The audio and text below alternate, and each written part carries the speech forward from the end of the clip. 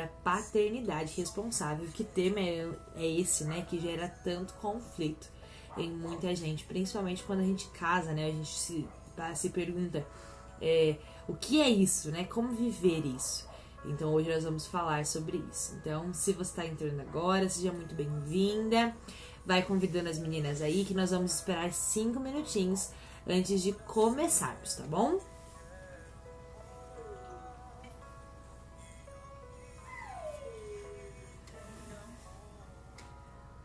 Boa noite, Daiane. Sejam todas muito bem-vindas, quem tá entrando agora. Tá tocando uma musiquinha de fundo aqui. Vocês acham que tá muito alto, tá bom? Falem pra mim, qualquer coisa eu abaixo um pouco a música.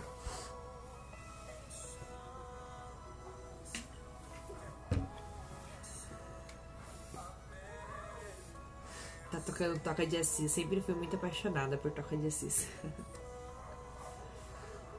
Me falem então se o áudio tá bom, se a imagem tá boa, se não tá travando. Vamos esperar mais um pouquinho e vamos iniciar a nossa primeira live. A nossa segunda live, né? Segunda live das 7 semanas com o método de ovulação Billings.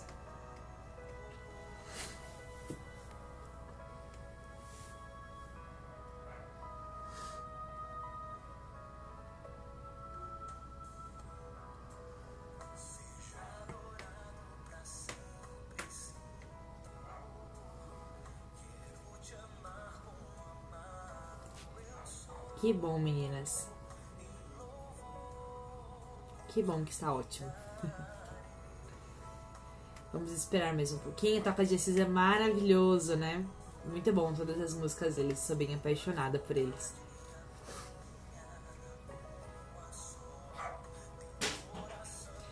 Meninas, então, para não demorar muito, vamos iniciar hoje a nossa segunda live das 7 semanas com o método de ovulação Billings, né?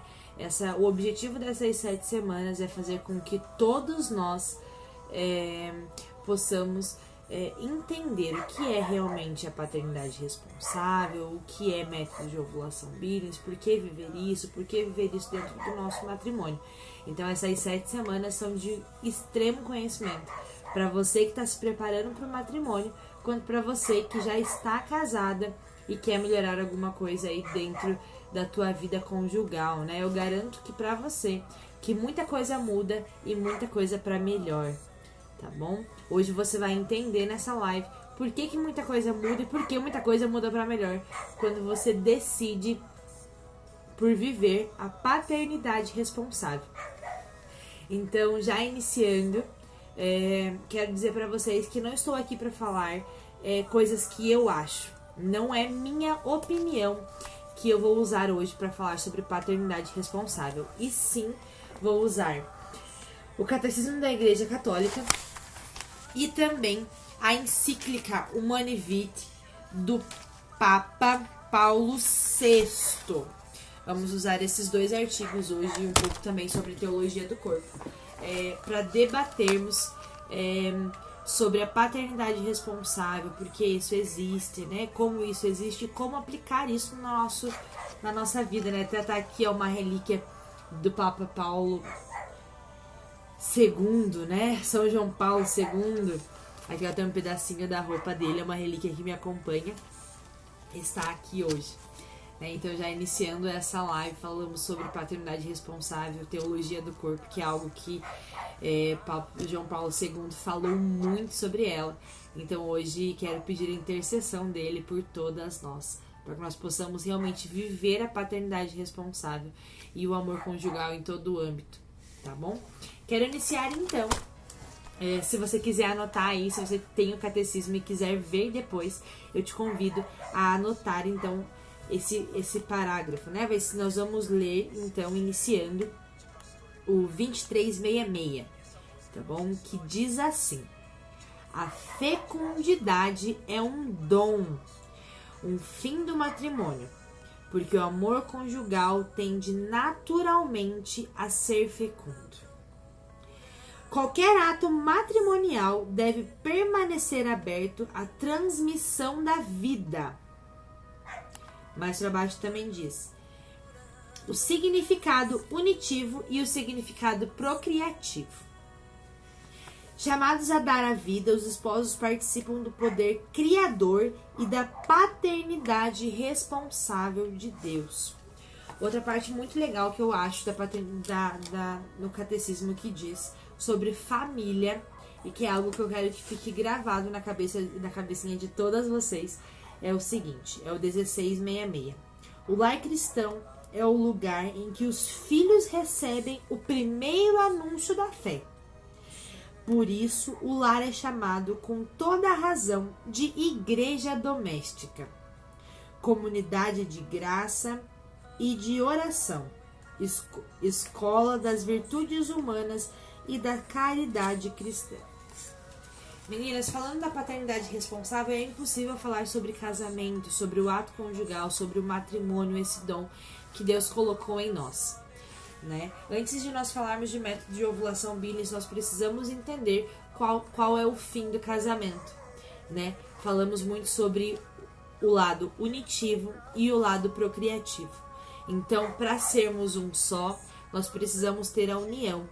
Quem criou o sexo foi Deus, esse ato maravilhoso, para duas funções: união e procriação. Então é aí que nós devemos analisar por que nós estamos espaçando gestações. Porque hoje em dia, né, nós falamos tanto em não ter filhos, em usar anticoncepcionais, porque é impossível que eu tenha filhos nesse momento. É aí que eu quero fazer com que vocês pensem hoje se o fato que você está espaçando uma gestação são realmente justos esses motivos, tá? Eu quero usar agora na Humanae Vitae, né, na encíclica, a parte que diz o seguinte: se, portanto, existem motivos sérios para distanciar os nascimentos que derivem das condições físicas ou psicológicas dos cônjuges ou das circunstâncias exteriores, a Igreja ensina que não é lícito ter em conta os ritmos. A Igreja ensina que então é lícito ter em conta os ritmos naturais imanentes às funções geradoras, para usar o matrimônio só nos períodos infecundos e deste modo regular a natalidade sem ofender o princípio moral que acabamos de recordar. Então, o princípio moral do casamento é que nós devemos viver o lado unitivo e o lado procriativo. Todas as vezes que nós pensarmos em não ter filhos, você deve pensar: eu estou fazendo isso por egoísmo? O que é pelos motivos justos, né? O que é coisas que nós podemos dizer que é egoísmo? Nós podemos pensar: se eu ter um filho agora, o meu filho não vai ter o melhor livro. Se eu ter filho agora, eu vou ter que trocar meu filho de escola particular para escola pública. Se eu tiver filho agora, eu vou ter que parar a academia. Se eu tiver filhos agora, eu vou parar a faculdade, que é muitas realidades de muitas hoje. Se eu ter filho agora, eu não vou poder fazer minha viagem do final do ano com meu esposo. Se eu tiver filho agora, eu não vou poder subir de cargo na minha empresa. Todos os motivos que iniciam em mim e terminam em mim são motivos egoístas. É aí que nós falamos que não é para isso que o casamento foi feito. Nós devemos viver juntos, mas a família é uma estrutura que precisa dos filhos. Os filhos é o dom mais excelente do matrimônio. Então, o casamento sem filhos ainda não achou o seu objetivo, né? E, gente, eu não estou só falando de filhos, gerar filhos, né? Tem muitas mulheres, muitos casais que são inférteis. Daí, nesse momento, o que você fala para essas mulheres sobre paternidade responsável?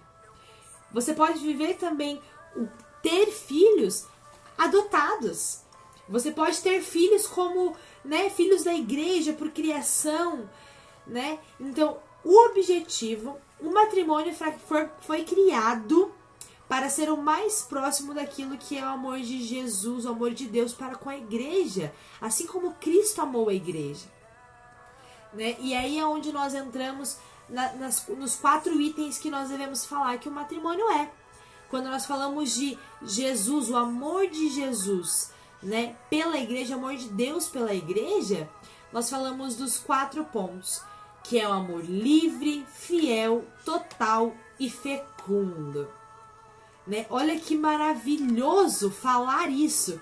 Um matrimônio livre, fiel, total e fecundo. São 4 pontos que tocam muito meu coração. Espero que toque o teu também, para você analisar hoje se o teu casamento tem tudo isso. Né? O livre quer dizer que não é um casamento cheio de obrigações. Eu amo meu esposo porque eu casei e agora sou obrigada a amar ele. Né? Não é apenas isso, né? Até a irmã tá falando ali sobre a Adriene, sobre filhos espirituais. Sim, viver a paternidade é isso também, né? Em relação aos casais inférteis, né? Então vamos voltar aos 4 pontos: livres, fiéis, total e fecundos. Primeiro, livre. O que é um matrimônio livre? O que é um casamento livre? É um casamento sem obrigações. Eu amo meu esposo porque eu sou obrigada a amá-lo, porque agora eu já casei e não dá mais tempo de voltar atrás. Eu amo meu esposo porque eu não tô cansada de brigar. Sabe? Então é um casamento livre, sem obrigações. Né? Fiel. O que é o ser fiel no casamento? Você fez uma aliança com o teu esposo, ou você é esposo com a tua esposa, do compromisso. O compromisso de aceitá-lo da forma que ele é. No altar você aceitou ele com todos os defeitos e com todas as coisas boas dele. Então você deve aprender a lidar com os defeitos e aceitar aquilo que ele é. Então isso é o compromisso. Você se compromete a ajudar ele a ser melhor. Né? Uma pergunta que nós devemos sempre fazer ao nosso esposo ou à nossa esposa é: o que eu posso fazer para você para ser melhor? Né? É um dar de nós para ele. Isso é um casamento. É pensar no que eu estou fazendo para ele ser feliz. A partir do momento que eu penso se eu estou fazendo certo para o meu esposo ser feliz e ele pensa o que ele está fazendo para mim ser feliz, aí sim nós vivemos felizes. Daí nós se encontramos e vamos ao nosso objetivo, que é Deus. Tá? No terceiro ponto, que é um casamento total, é o casamento onde nós falamos que não tem condições e nem limites. Eu só te amo até esse ponto.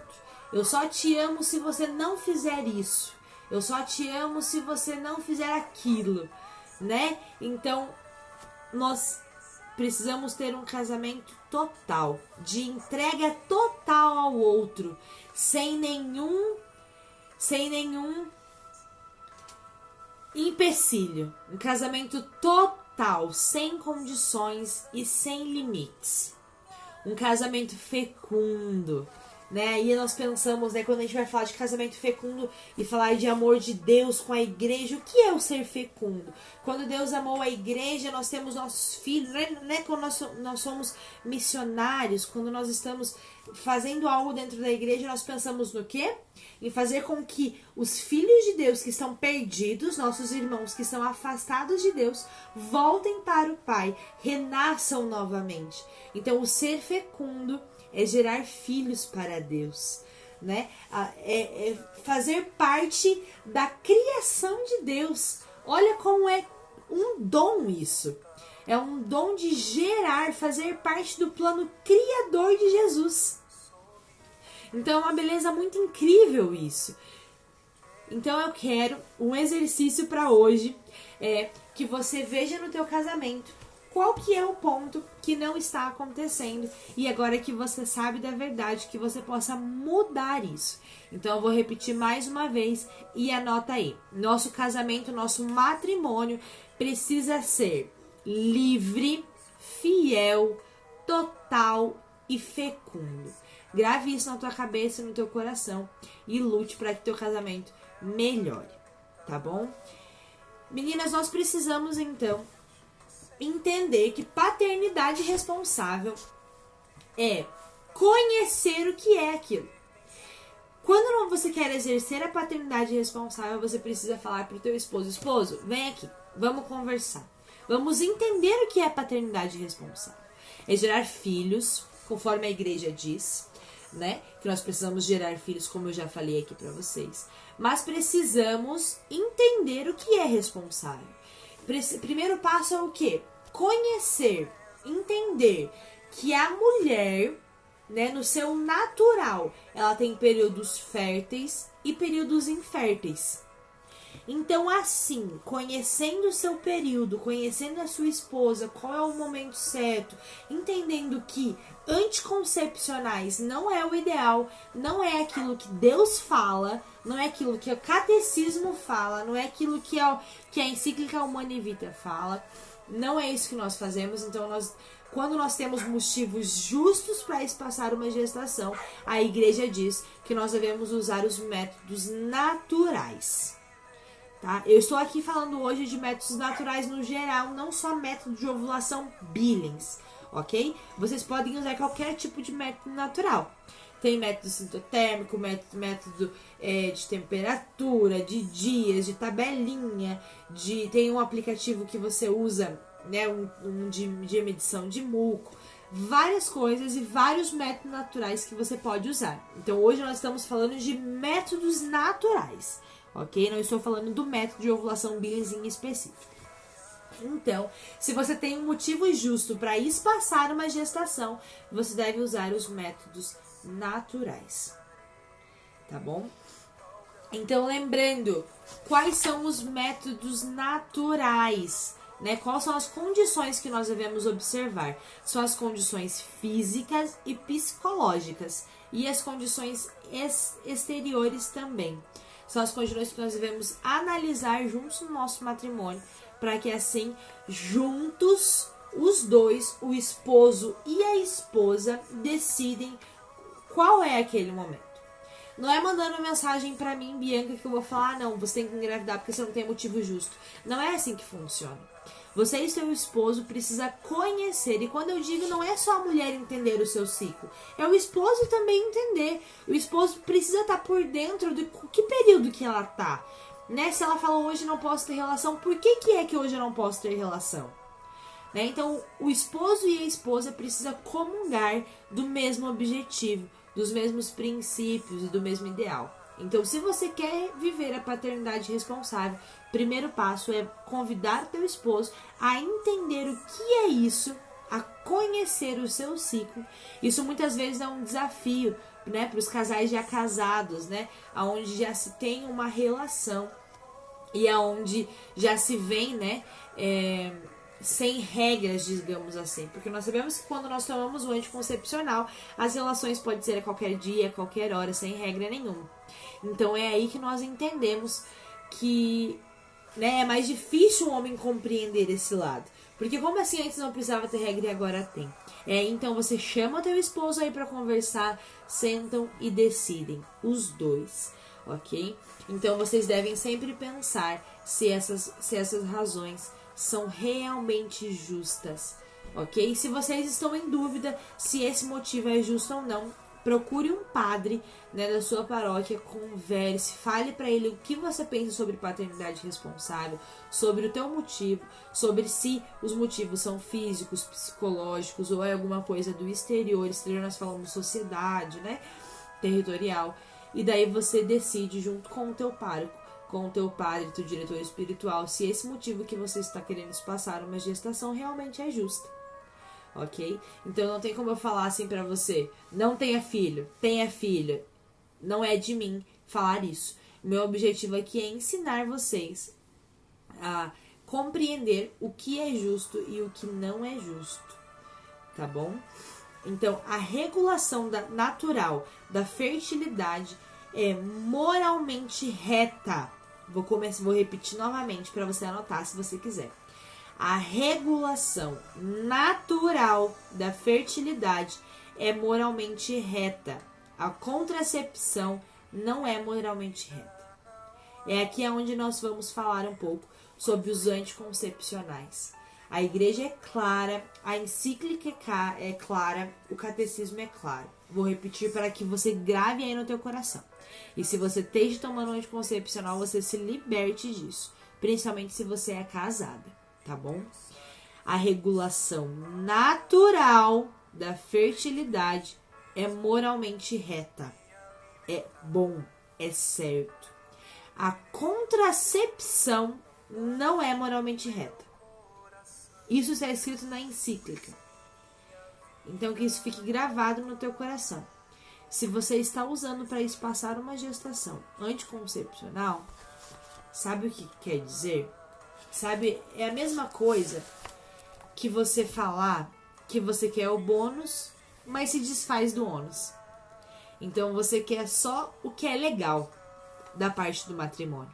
É aí que entra a responsabilidade. Você entender o que é o ato conjugal, por que você está casando, né?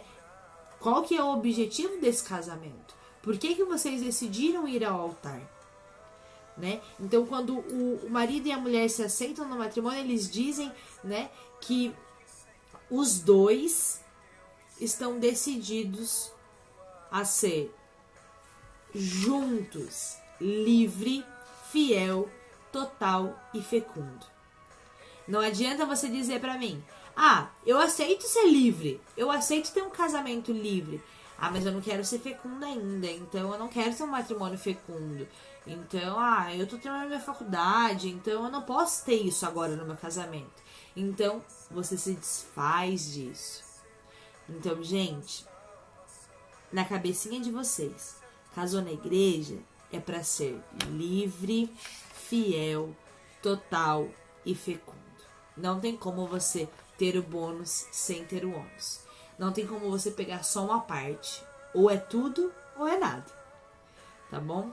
Quando nós decidimos por tomar um anticoncepcional, quando nós decidimos não só tomar remédio, eu tô falando aqui também de DIU, de injeção, de camisinha, de qualquer método anticoncepcional, que não deixe de nenhuma forma que aconteça a concepção.